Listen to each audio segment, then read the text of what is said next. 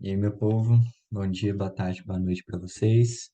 Esse vídeo eu vou falar um pouco sobre regulação da fome e o comportamento alimentar, né? Como que isso acontece, o que que vai interferir nesse processo, o que que vai gerar fome, né? Então, eu vou falar um pouco sobre esse assunto agora, tá bom? Vamos começar aqui. Bom, pessoal, primeira parte que eu vou falar no vídeo vai ser sobre a regulação a longo prazo do comportamento alimentar, tá? Para a gente começar a falar sobre isso, a gente precisa entender uma coisa. O que que a gente come, né? A gente tem uma necessidade, né, do nosso cérebro, né, do nosso sistema nervoso, de ter glicose, ok? Então, a tendência, né, é que o nosso sistema nervoso utilize a glicose como meio de combustível, como energia, certo? Por quê? Porque ele tem uma permeabilidade muito maior à glicose do que a qualquer outro componente, né? E ele vai ter mais efetividade para utilizar. Então, as células, né, os neurônios vão ter mais efetividade utilizando a glicose do que utilizando outras formas de energia, apesar dele conseguir utilizar também, né? E aí, gente, quando a gente tem essa necessidade de glicose, que é traduzida pela hipoglicemia, né? A gente tem, então, uma manutenção das reservas energéticas, né? Então, a gente vai se alimentar e a ação da insulina vai sempre no sentido de garantir que a gente forme, então, as reservas energéticas, que vão ser formadas pelo glicogênio e pelos triacilgliceróis que ficam no nosso tecido adiposo, certo? E isso acontece por meio da alimentação. Então, a gente consegue obter essas reservas energéticas a partir da alimentação. Por que que é importante a gente ter reserva energética, gente? Porque o nosso cérebro, né, ele não sustenta, ele não aguenta ficar muito tempo sem glicose, tá? Da mesma forma que a gente não consegue ficar muito tempo sem beber água, o cérebro ele não consegue ficar muito tempo sem glicose, tá? Ele não fica nem de 3 a 5 minutos, se ele já ficar em um estado muito sério de hipoglicemia, você vai ter danos neurais por causa disso. Tá? Então é muito sério isso daí. A gente não pode ficar muito tempo sem glicose. E aí o estado de hipoglicemia, ele já vai alertar, né? Já vai trazer um sinal de alerta para o nosso organismo que a gente precisa comer, que a gente precisa de glicose rapidamente, tá? E aí o que que acontece? Para que não ocorra uma situação em que você morre toda vez que você tem uma hipoglicemia, né? A gente utiliza então esse artifício de ter reserva energética. Então, inicialmente, a gente vai começar a quebrar as nossas reservas energéticas, e aí sim, depois de quebrar totalmente as reservas energéticas, o indivíduo entra num estado de inanição, né? Porque ele não tem mais reserva, não tem mais de onde tirar, e se ele não se alimentar, então ele não vai ter reposição de glicemia. Se ele não tem reposição de glicemia, os danos neurais são extensos e irreversíveis, muitas vezes gerando o óbito, né? Inicialmente o coma e depois o óbito, né? Então a gente precisa, né, desse aporte glicêmico constante, né? Então vamos lá. Olha, quando a gente vai se alimentar, né, a gente está num período que a gente chama de prandial, tá? Então, no momento da alimentação, no momento de uma refeição, a gente está no estado prandial. Tá? O estado prandial, ele se traduz naquele estado em que você tem uma ação, uma atividade muito grande da insulina, e essa atividade grande da insulina vai sempre no sentido de armazenar, de estocar essa energia a mais que está chegando, né? A insulina ela vai aumentar, né? A gente já viu que ela aumenta a captação de glicose, ela aumenta a, o envio de ácidos graxos pelo fígado para o tecido adiposo, aumenta a captação desses ácidos graxos, né? No tecido adiposo também, né? Então a gente tem toda uma atividade indo no sentido de estocar energia, tá? E isso a gente chama de anabolismo, né? O anabolismo, então, ele vai sempre no sentido de estocagem de energia, de formar estruturas. Então, a gente tem um momento anabólico, né? O metabolismo ele está agindo nesse sentido, tá? Então aqui a gente tem a absorção, né, dos nutrientes e esses nutrientes absorvidos eles vão, né, se traduzir em glicogênio que vai para o músculo esquelético, que vai para o fígado, né? Você vai ter a glicose indo diretamente para os neurônios, para todas as outras células do corpo, né? Para a gente fazer então o processo de respiração celular, os ácidos graxos que podem ser convertidos em glicose nesses tecidos periféricos, né?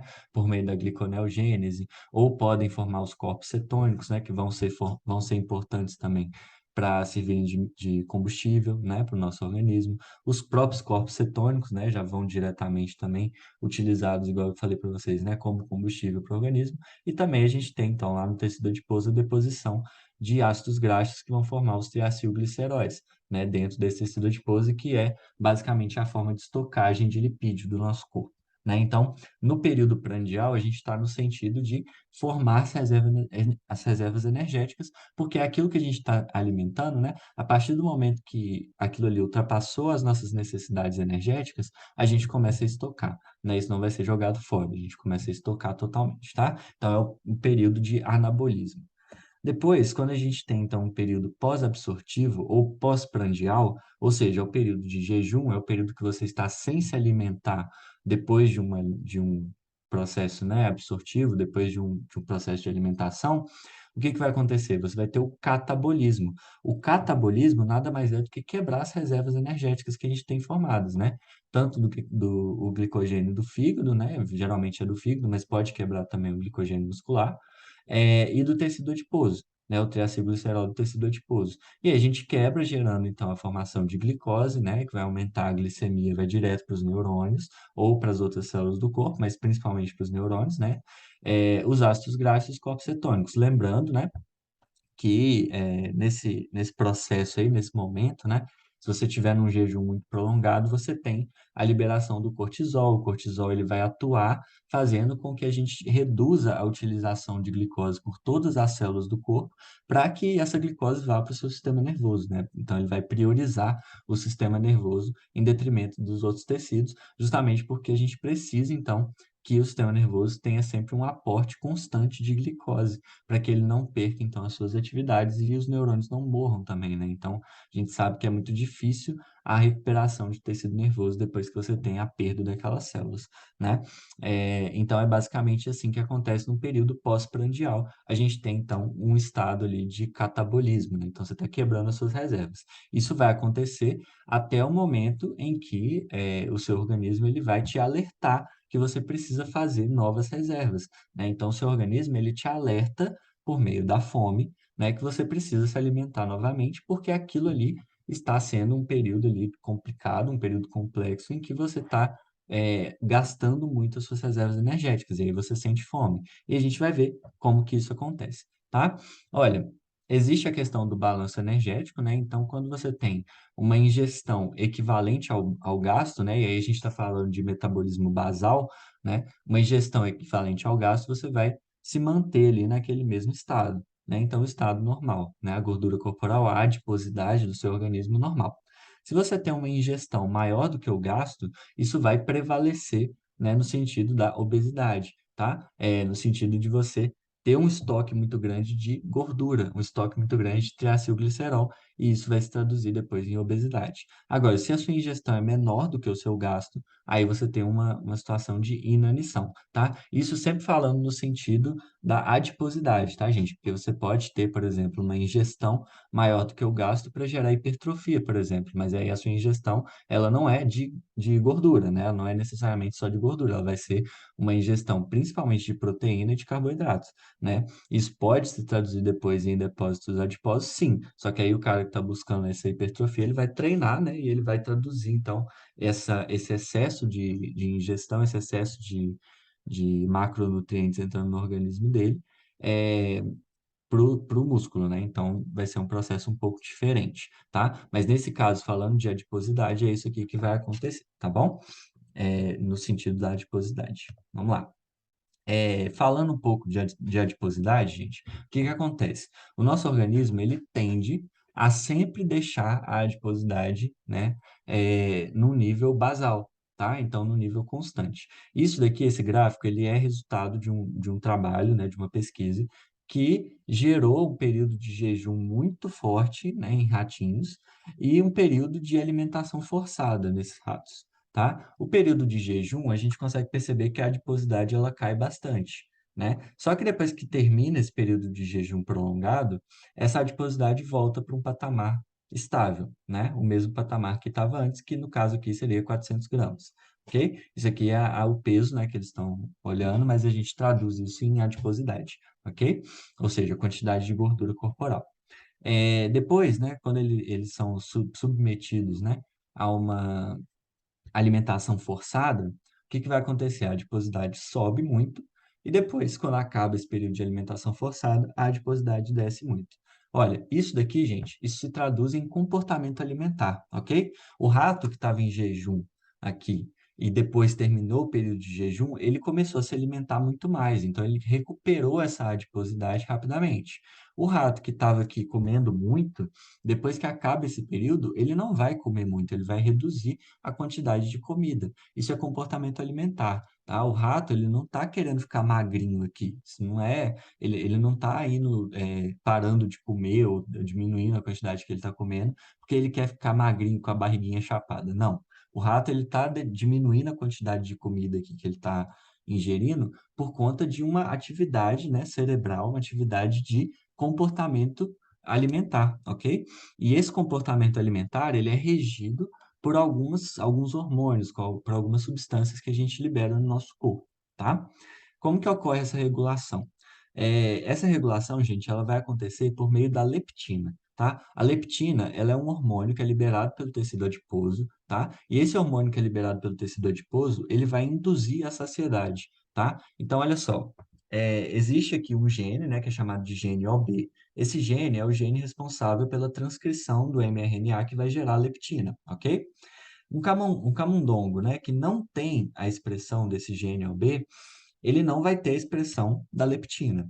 Se ele não tem a expressão da leptina, o que que vai acontecer com ele? Ele vai ficar obeso, tá? Por quê? Porque ele não vai ter o estímulo da saciedade. O centro da fome dele vai estar sempre ativo. Então ele vai comer, comer, comer, comer, e não vai, o organismo dele não vai identificar que ele está com excesso de reserva, ou seja, que a adiposidade dele está muito grande. Então, o que que aconteceu com esse rato? Ele come, come, come, come, só que nesse ponto aqui, ele não vai voltar para a adiposidade basal. Ele vai continuar comendo, tá? E aí a adiposidade dele vai lá nas alturas, ele vai ser um rato obeso. Esse mesmo rato tratado com leptina, né? Ou seja, após tratamento, após injeção de leptina nesse rato, esse mesmo rato, esse mesmo camundongo, ele vai perder muito peso, tá? Ele vai voltar para os níveis basais de adiposidade. Por quê? Porque ele vai reduzir a quantidade que ele come, porque o centro da saciedade fica ativado e o centro da fome fica inativado por conta da ação da leptina, ok?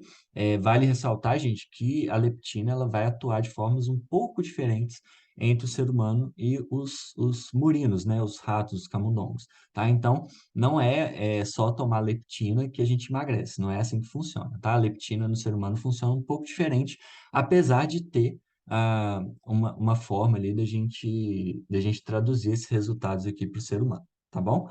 Mas não é milagroso, ok? A leptina ela não vai agir dessa forma milagrosa que acontece nos ratinhos. No ser humano não vai ser tão assim, ok? Mas ela vai ter ação direta, né, no nosso hipotálamo, e essa ação direta no hipotálamo vai regular o nosso comportamento alimentar. E a gente vai falar sobre isso daqui para frente, tá?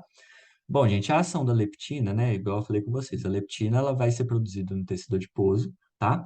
E ela vai estar relacionada com a sensação de saciedade, ok? Então, quando a gente libera a leptina ela está agindo no sentido de aumentar, então, a sua sensação de saciedade, inibindo o centro da fome, ok? Ó, onde que a leptina vai agir? Tá? A gente tem duas possibilidades aqui de locais de ação, tá? Então, olha só. Aqui a gente está mostrando, então, o hipotálamo, ok? Então, isso aqui é uma vista frontal, né? Um corte coronal, uma vista frontal, uma representação, então, do hipotálamo, certo? Aqui seria o terceiro ventrículo, né? Então, gente, o que que acontece? Olha, a gente tem duas regiões, tá? A região do hipotálamo lateral e o hipotálamo ventromedial, tá? Essa visão ela é um pouco simplista, porque existem diversas fibras, né, de neurônios que passam aqui nessas regiões, que vão estar relacionadas com essas mesmas funções e que os corpos desses neurônios ficam em outros locais, tá? Mas a gente vai, por forma mais didática, falar dessa forma, ok? Então, a gente tem as lesões do hipotálamo lateral, elas vão gerar anorexia, tá? Então, gente, lesão sempre tira a função. Não existe lesão que aumenta a função, tá? Então, quando você lesiona o hipotálamo lateral, você tira a função. O hipotálamo lateral lesionado, ele vai gerar anorexia, tá? Anorexia neurogênica. Essa anorexia neurogênica, ela só é gerada por uma lesão do hipotálamo lateral, porque o hipotálamo lateral é considerado o centro da fome, tá? E o hipotálamo ventromedial, quando ele é lesionado, você tem, então, uma obesidade neurogênica, ok? Então, o hipotálamo ventromedial é o centro da saciedade. Lembrando que lesão tira a função. Então, se eu tirei a função do hipotálamo ventromedial e engordei muito, significa, então, que o hipotálamo ventromedial é o que gera em mim a saciedade, a sensação de saciedade, ok? E a leptina, ela vai agir no sentido, então, de ativar ou de inibir, né, esses centros, ok? Lembrando que isso é uma visão um pouco simplista. Centro da fome e centro da saciedade não necessariamente são apenas hipotálamo lateral e hipotálamo ventromedial, ok? Isso aí, gente, essas regiões, elas têm passagem de fibras também. E essas fibras, elas vêm de neurônios que têm os seus corpos em outros locais. E esses neurônios também estão relacionados tanto com a fome quanto com a saciedade, tá? Então, não é apenas a ideia de centro da fome e centro da saciedade, no hipotálamo lateral e hipotálamo ventromedial, respectivamente, que é a mais aceita hoje em dia, tá? Então, a gente já tem um pouco mais de noção sobre isso hoje em dia, apesar de ser uma forma muito didática, muito boa da gente entender o que que acontece e geralmente ela é suficiente, tá? Mas é interessante a gente ter essa visão um pouco mais ampla, né, desse processo, porque cada dia as pessoas vão descobrindo coisas novas acerca aí dessas noções, né? Então vamos continuar. Ó, a leptina, então, como eu falei com vocês, ela vai agir no centro da fome, no centro da saciedade, certo? A gente tem algumas estruturas que vão fazer parte desses processos, tá? As estruturas são, né, o hipotálamo lateral, o núcleo paraventricular e o núcleo arqueado, tá? Aqui é o terceiro ventrículo. Beleza? O núcleo arqueado vai fazer parte, o paraventricular também vai fazer parte, né, das vias que a leptina vai agir, e o hipotálamo lateral, que é o centro da fome, ok? Então vamos lá. Ó, vamos começar falando das respostas aos níveis elevados de leptina, tá? Então, o que que acontece, né, quando o nosso organismo libera muita leptina, quando o nosso tecido adiposo libera muita leptina? A leptina que é liberada, ela se torna uma leptina circulante, né? E essa leptina circulante, ela vai atuar no núcleo arqueado lá do hipotálamo, ok? Lá no núcleo arqueado do hipotálamo, a gente tem neurônios que são responsáveis, que são capazes de produzir e liberar neurotransmissores peptídicos específicos, ok? Neurotransmissores específicos e peptídicos específicos são o alfa-MSH e o CART, ok? Então, esses neurônios são chamados de neurônios alfa-MSH-CART, eles são responsáveis por liberar esses neurotransmissores, tá? E esses neurotransmissores, eles vão ter ação, né? Eles vão gerar uma resposta humoral e uma resposta víscero-motora, que é o que a gente chama de somato motor, tá? Então, essas duas respostas, humoral e víscero-motora, vão ser chamadas de respostas somatomotoras. Respostas são essas, ó, o aumento do TSH e do ACTH e também o aumento do tônus simpático, ok? Vamos pensar aqui, né, relacionado a essa imagem aqui, tá? Eu falei com vocês, então, que a leptina ela vai agir diretamente no núcleo arqueado, certo? E aí, o que que acontece? Quando ela age no núcleo arqueado, né? Lembrando que o núcleo arqueado fica nessa voltinha aqui, na parte inferior, isso aqui é um corte frontal, né? Em representação de um corte frontal, na parte inferior aqui do terceiro ventrículo, né? É, e aí, o que que acontece, gente? Aqui nesse núcleo arqueado, a gente tem esses neurônios que possuem, então, capacidade de liberar esses neurotransmissores, alfa-MSH e CART, e esses neurotransmissores vão fazer o quê? Olha, eles vão ativar o núcleo paraventricular, e o núcleo paraventricular, a gente sabe que ele está relacionado com os tratos hipotálamo hipofisários, né? Então, nesse caso aqui, ele vai agir relacionado aqui à adenohipófise. O que que ele vai fazer? Quando ele é ativado, né, pelo MSH, o alfa-MSH e o CART, ele vai liberar, então, os precursores, né, de hormônios adeno-hipofisários, no caso, o TSH e o ACTH, tá? Então, ele libera esses precursores, né, no trato tuberinfundibular, e aí, quando esses pré-hormônios, né, vamos falar assim, eles chegam lá na eminência mediana, no tubo ecinério, o que que vai acontecer? Eles vão entrar no sistema porta-hipofisário, e lá no sistema porta-hipofisário, né, eles vão adentrar a adeno-hipófise e gerar, né, a ativação e a liberação dos hormônios adeno-hipofisários, que nesse caso aí é o TSH e o ACTH. Por que que a gente libera TSH e ACTH nesse caso? Para aumentar, então, o nosso metabolismo. Quando a gente aumenta o nosso metabolismo nesse caso, é no sentido, então, de justamente como resposta, né, ao aumento da leptina, ok?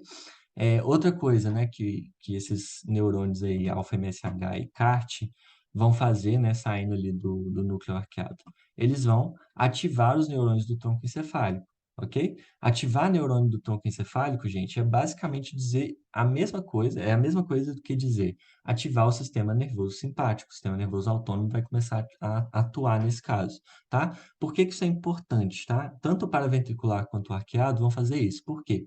Porque quando você ativa o simpático, né, você ativa as respostas do sistema nervoso simpático, você gera aumento do tônus vascular, tá? E aumentar a tônus vascular, nesse caso, vai se traduzir em aumento de temperatura corporal, tá? E aumento de temperatura corporal também está relacionado com o aumento do metabolismo, ok? Então, vai ser sempre no sentido de aumentar esse metabolismo, ok? Você tem uma uma situação, olha só, vamos pensar no contexto, né? O indivíduo ele se alimentou, né? Então ele estava no período prandial e aí ele fez as reservas energéticas. Quando ele fez a reserva energética lá de triacilglicerol, o que que aconteceu? Ele já está com excesso de energia, tá? Tá com excesso de energia. Então o tecido adiposo ele libera a leptina para gerar saciedade. Libera a leptina para gerar saciedade para que a gente possa gastar essa reserva energética. Por isso que é interessante você aumentar o metabolismo nesse caso, tá? Você gasta essa reserva energética para voltar para a adiposidade normal. É isso que a leptina vai gerar, né? Ela vai, no final das contas, né? Ela vai fazer com que você volte para a adiposidade normal. E aí você tem, então, uma resposta de saciedade, ok? Outro fator que é muito importante é que esses neurônios, alfa-MSH e CART, lá no núcleo arqueado, eles vão ter um papel muito importante inibindo o hipotálamo lateral. Inibir o hipotálamo lateral significa inibir o centro da fome. Inibir o centro da fome significa alterar, né, o comportamento alimentar. Por quê? Porque esse centro da fome, a gente vai ver depois, ele vai ter, quando ele está ativado, né, ele vai ter a liberação de alguns neurotransmissores peptídicos, né, que no caso é a orexina e o MCH, que vão estar relacionados com ativação cortical. E ativar o córtex, nesse caso, quando o hipotálamo lateral está ativado, né? Ativar o córtex quando o hipotálamo lateral está ativado, significa gerar um comportamento alimentar, tá? Eu vou falar mais para frente sobre isso. Mas nesse caso, esse processo não vai acontecer. Então, você não tem mais ativação cortical para gerar o comportamento alimentar. Então, o indivíduo vai parar de comer. Tá? É basicamente isso que acontece, ok? Então, esse é o momento que você se sente saciado, ou seja, você já consumiu a energia que você precisava e você, além de consumir aquilo que você precisava, você consumiu além. Então, você já produziu reserva energética. Não precisa comer mais, tá?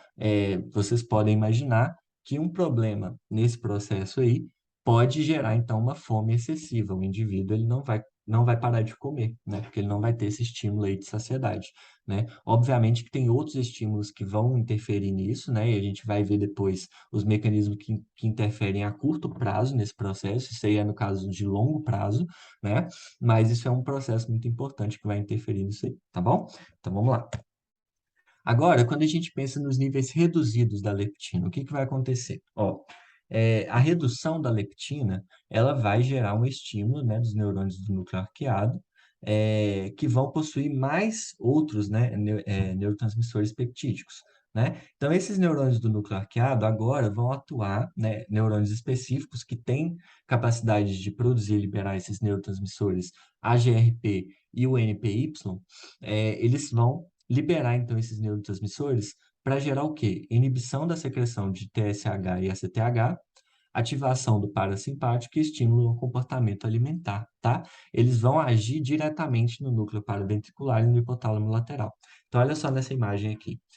A gente tem aqui, né, o núcleo arqueado, certo? E esses neurônios do núcleo arqueado que têm capacidade de liberar esses neurotransmissores NPY e AGRP, o que que eles vão fazer? Eles vão inibir o núcleo paraventricular. Inibir o núcleo paraventricular, por quê? Porque o núcleo paraventricular, como eu comentei com vocês anteriormente, ele está muito relacionado com a liberação de pré-hormônios, né, que vão para a adenohipófise. Então, nesse caso, inibir o paraventricular significa inibir a liberação de ACTH e a liberação de TSH. Isso gera uma redução do metabolismo, tá? Então, você está fazendo as coisas agora no sentido de estocar energia, porque o seu metabolismo está baixo. Ok? Então você teve uma redução de metabolismo justamente porque você não tem essa liberação mais dos precursores, né, dos hormônios adenohipofisários por parte do núcleo paraventricular, justamente por conta dessa inibição do NPY e do AGRP, ok? Outra coisa que esses neurônios vão fazer, né, os neurônios do núcleo arqueado, estimulados pela leptina, né, vale sempre lembrar disso, né, a falta da leptina nesse caso aí, vai estimular esses neurônios, e aí o que que vai acontecer? Eles vão estimular o hipotálamo lateral. Estimular o hipotálamo lateral, gente, é fazer com que esses neurônios do hipotálamo lateral, né, da área hipotalâmica lateral, liberem orexina e MCH, tá? Liberar orexina e MCH significa fazer com que a pessoa tenha comportamento alimentar, tá bom? Então, o que que acontece? Vamos supor que você está lá na sua casa de noite, e está com fome. Esse mecanismo, né, de você sentir fome é basicamente esse daqui. Você teve uma redução dos níveis de leptina, tá? E aí reduzir os níveis de leptina nesse caso, ou seja, reduzir a produção e liberação de leptina pelo seu tecido adiposo, significa que você está gastando já a sua reserva energética, tá?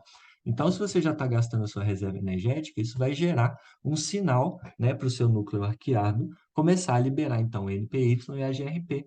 NPY e AGRP inibem o paraventricular, então você tem uma redução do metabolismo, e aí a pessoa começa a ter os sintomas, né, da fome, né? Começa a ter fraqueza, começa a ficar um pouco mais lento, mais sonolento, né? Justamente por conta dessa redução de metabolismo, ok? E você vai ter, então, a ativação do hipotálamo lateral. Hipotálamo lateral tem conexões corticais. E essas conexões corticais, né, que geralmente vão passar pelo tálamo primeiro, né, elas vão, então, envolver a atuação de neurotransmissores específicos, que é a orexina e o MCH. A orexina, ela vai estar relacionada com gerar o início da refeição, tá? Então, o que que acontece? Você tem lá a liberação da orexina por esses neurônios do hipotálamo lateral e eles vão atuar diretamente no seu córtex pré-frontal. Atuar no córtex pré-frontal é modificar o seu comportamento. Então, você vai fazer o quê? Você vai assaltar a geladeira, por exemplo, tá? Isso é basicamente iniciado pela liberação de orexina, principalmente, tá? E a orexina, o que que ela vai fazer? Ela vai atuar lá no córtex, você vai ter o início do comportamento alimentar, vamos supor, você pega um pedaço de bolo lá na geladeira e começa a comer. Aí o que que acontece? Você precisa que esse mecanismo, né, de alimentação seja mantido, né, até o momento em que você tem um aumento da excreção, da liberação de leptina pelo tecido adiposo novamente, entre outros fatores, tá? Para te gerar saciedade. Então, quem vai fazer você continuar comendo é basicamente o MCH, ok? Que é outro neurotransmissor peptídico, né? Que é liberado pelos neurônios do núcleo arqueado e que vai do hipotálamo lateral e que vai agir diretamente no córtex, tá? Então tem essas conexões aí, de sensações um pouco mais primitivas, né? Que no caso da fome, com sensações um pouco mais detalhadas, mais delimitadas, que são as sensações geradas ali pelo córtex, né? Pela interpretação cortical, ok? Então a gente vai ter todos esses estímulos aí sendo gerados, ok? Isso que vai acontecer quando você tem uma redução dos níveis de leptina, ok?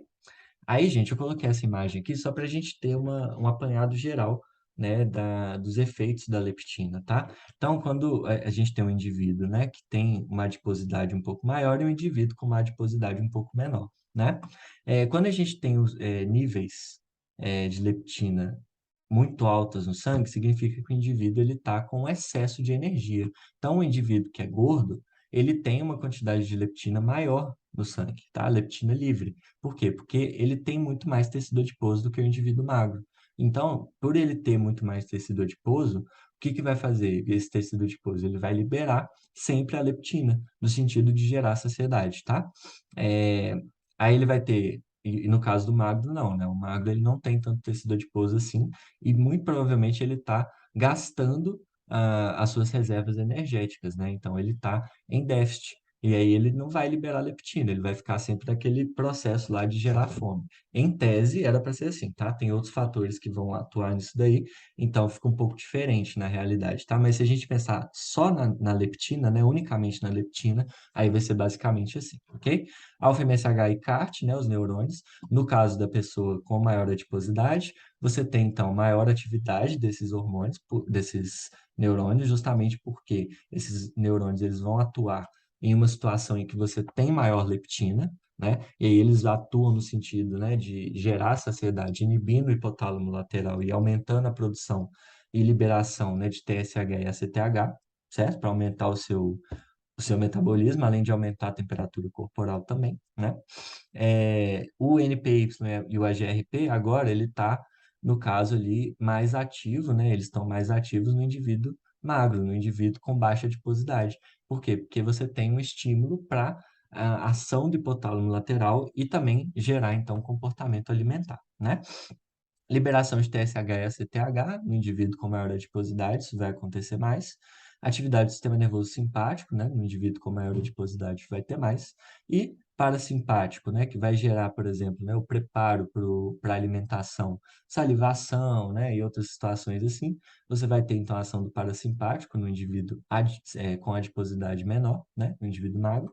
E o comportamento alimentar vai ser maior no indivíduo magro, ok? Vale lembrar que a gente tem, então, a anorexia neurogênica e a obesidade neurogênica que vão ser geradas por problemas nessa dinâmica aqui, certo? Então, aí é óbvio que vai ser diferente, tá? Mas nesse caso aqui, em indivíduos rígidos, a gente vai encontrar dessa forma quando a gente faz um apanhado apenas da leptina, tá? Isso é muito importante da gente ressaltar. Aí, gente, o que que acontece? A gente tem um controle, né, de ingestão de alimentos por peptídeos do hipotálamo lateral, tá? O que que vai acontecer, né? E aí, quando eu falei com vocês lá, a ação, né, desses neurotransmissores peptídicos no hipotálamo lateral, que o alfa-MSH e o CART, eles vão inibir o hipotálamo lateral e o NPY e o AGRP vão ativar o hipotálamo lateral, isso acontece por conta de um receptor específico que tem nos neurônios lá do hipotálamo lateral, ok? Esse receptor é o receptor MC4, tá? O receptor MC4, quando ele é ativado, ele inibe a ação do hipotálamo lateral. E quando ele é inibido, ele vai ativar a ação do hipotálamo lateral, tá? Então, o alfa-MSH e o CART, eles vão ativar, né, o receptor MC4, e isso vai gerar uma inativação do hipotálamo lateral, tá? Lembrar que o alfa-MSH e o CART, eles são liberados numa situação em que você tem uma leptina alta, né? Então, a leptina, o excesso de leptina, né? A leptina livre vai fazer com que a gente tenha essa liberação desses neurotransmissores pelos neurônios do núcleo arqueado, né? E aí você tem todas as ações, todas as atividades que a gente já falou com relação a isso, né? Quando esse MC4 ele é inibido, né? Esse receptor é inibido pelo NPY e pelo AGRP, você tem uma ação maior, uma atividade maior do hipotálamo lateral, centro da fome. Você vai ter ativação do centro da fome e vai gerar o comportamento alimentar por meio da orexina e do MCH, que vão ativar o córtex, né, para gerar esse comportamento alimentar. Isso é muito legal. Então, é basicamente assim que acontece. Essa imagem aqui, olha, ela está mostrando um contexto de aumento de leptina, né? Aí você tem um aumento da leptina, você tem um aumento, né, da liberação de alfa-MSH e CART, né? E uma redução da liberação de AGRP e NPY. E aí, o alfa-MSH ou o CART, eles vão se ligar no MC4 e isso vai inibir o comportamento alimentar justamente porque a ativação do MC4 inibe a ação do hipotálamo lateral, inibe a ação desses neurônios do hipotálamo lateral. A gente tem que entender que a ação desse hipotálamo lateral é a ação de ativação cortical para gerar o comportamento alimentar, né? Então, é basicamente isso. Você vai cortar a comunicação do hipotálamo lateral com o córtex, quando você tem um aumento da leptina para gerar saciedade, ok? Sempre no sentido de manter a adiposidade naquele mesmo parâmetro, né? Naquela mesma linha, né? Que a gente viu naquele gráfico anterior, ok? Aqui, gente, olha, a regulação. Aí a gente falou, né, várias coisas sobre a regulação a longo prazo, né, do comportamento alimentar. Agora a gente vai ver a curto prazo, como que isso acontece a curto prazo, porque tem outros fatores que vão influenciar nisso daí, que não só a leptina, ok? Então, olha só. A gente tem a ingestão de alimentos, né? E essa ingestão de alimentos, ela vai gerar sinais orexigênicos e sinais de saciedade, ok? Sinais orexigênicos e de saciedade que vão interferir diretamente lá, tanto no hipotálamo quanto, por consequência, no córtex, né? Para gerar o comportamento alimentar ou para inibir o comportamento alimentar, tá? Então, olha só, nesse gráfico aqui, o que que a gente tem? Comportamento alimentar pelo tempo, tá? Essa linha pontilhada aqui, sinais de saciedade, a linha vermelha, sinais orexigênicos, e a linha preenchida, né, preta preenchida, é o consumo de alimento. Então, o que que acontece? Olha, a gente tem sinais de saciedade altos nesse momento aqui, pré-prandial, tá? O indivíduo, vamos supor que ele acabou de se alimentar aqui, né? Então, você tem um aumento dos sinais de saciedade, redução, não, Você tem uma redução dos sinais de saciedade e aumento dos sinais orexigênicos, então o indivíduo se alimentou aqui, e aqui você já tem um aumento, né, dos sinais orexigênicos. Sinais orexigênicos são os sinais que vão gerar fome, tá? É, e aí, olha só, ele tá com fome, tá com fome, tá com fome, tá com fome, se alimentou, teve uma refeição. Então, você teve consumo de alimento. Quando você tem um consumo de alimento, os sinais orexigênicos caem, os sinais de saciedade aumentam. Por quê? Porque você tem liberação de leptina, certo? E aí, com o tempo, né, esses sinais de saciedade vão caindo, os sinais orexigênicos aumentam, novamente a alimentação, e aí esse aí vai funcionar como um ciclo, né? Isso vai ficar se repetindo com o tempo, ok? Então, a curto prazo é assim que vai acontecer. Aí, gente, a gente tem alguns processos importantes, tá?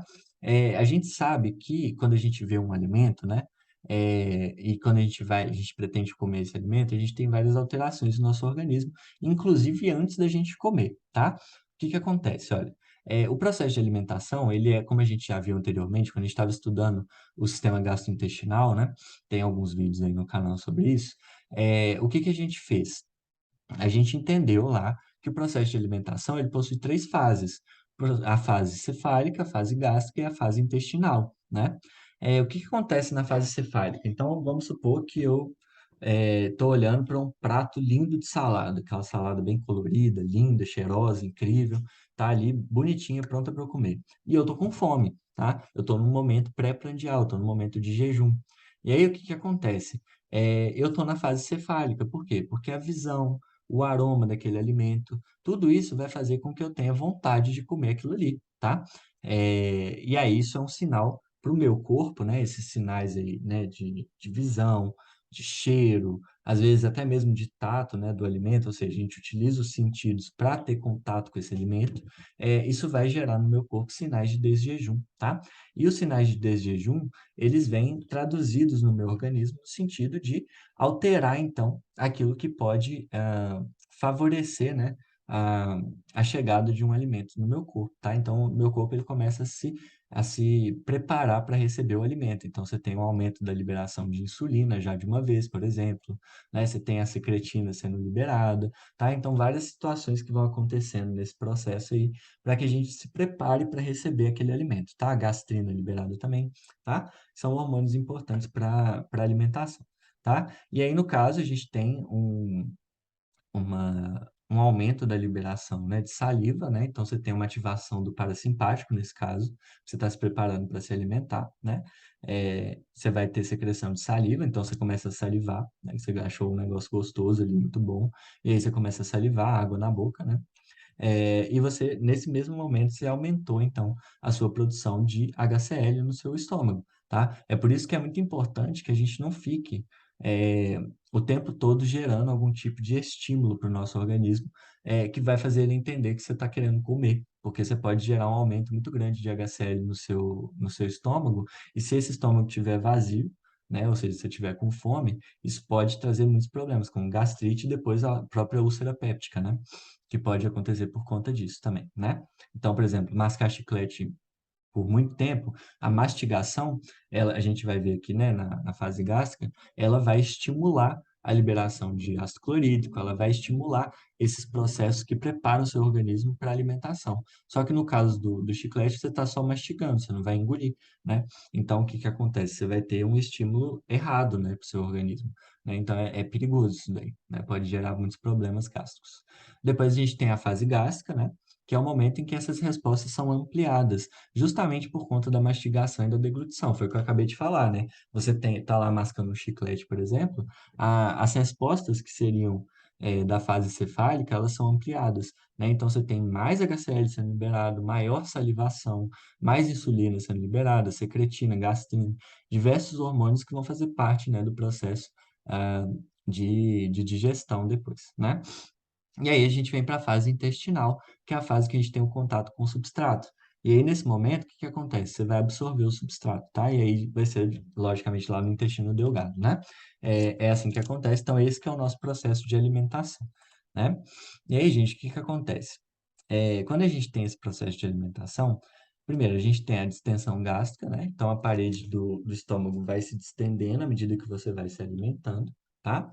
E isso vai trazer a sensação de saciedade. tá? Então você fica com o estômago cheio, isso significa que você está distendendo as paredes gástricas. E a distensão das paredes gástricas vai enviar, né, um sinal para o seu hipotálamo, né? É, principalmente para o centro da saciedade, né? Ativando o centro da saciedade, para gerar, então, o processo de saciedade, a sensação de saciedade, para que você não enche demais o seu estômago, né? Então, a distensão, ela vai enviar esse sinal por meio do nervo vago, tá? Então, você tem os receptores lá de distensão, né?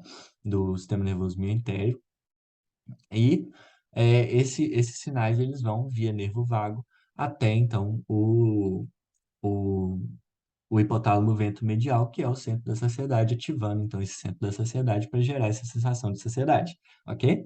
Outra coisa, né, que vai agir, né, no sentido de gerar saciedade é o CCK, né, a colecistocinina. Ela também é liberada nesse processo aí de alimentação e ela gera essa saciedade justamente porque ela vai responder à presença de proteínas, de lipídios na sua alimentação, que são macronutrientes muito mais difíceis, né, de serem digeridos, né, de serem processados. Então, você não pode ficar colocando muito alimento depois que você tem ali a presença, né, desse tipo de macronutriente. Por isso que a gente tem, então, essa sinalização para gerar saciedade nesse caso. Agora, a grelina, né, que eu até coloquei aqui para não esquecer de falar com vocês, a grelina ela tem uma ação um pouco diferente, na verdade, contrária, tá? Porque a grelina ela vai ser liberada no momento em que o estômago está vazio, tá? Então, o estômago vazio vai ter, então, a liberação de grelina. E essa grelina, pelo mesmo sentido aqui, né? Ela vai gerar, então, a ativação do centro da fome, tá? Então, não é só a leptina que vai agir nesse sentido aí de gerar o comportamento alimentar, tá? A grelina vai agir, o CCK vai agir, a própria distensão gástrica também vai agir, tá? Ou no sentido de gerar saciedade, ou no sentido de gerar fome, ok? Então, tem esses outros fatores que vão atuar nisso daí, além da insulina, do glucagon, que também podem atuar, alterando, né, esses processos também, tá bom? Gente, foi isso, tá? Que eu queria falar com vocês. Valeu aí pela atenção. Podem se inscrever no canal e curtam o vídeo também se vocês tiverem gostado. E a gente se vê nos próximos vídeos. Valeu, até a próxima.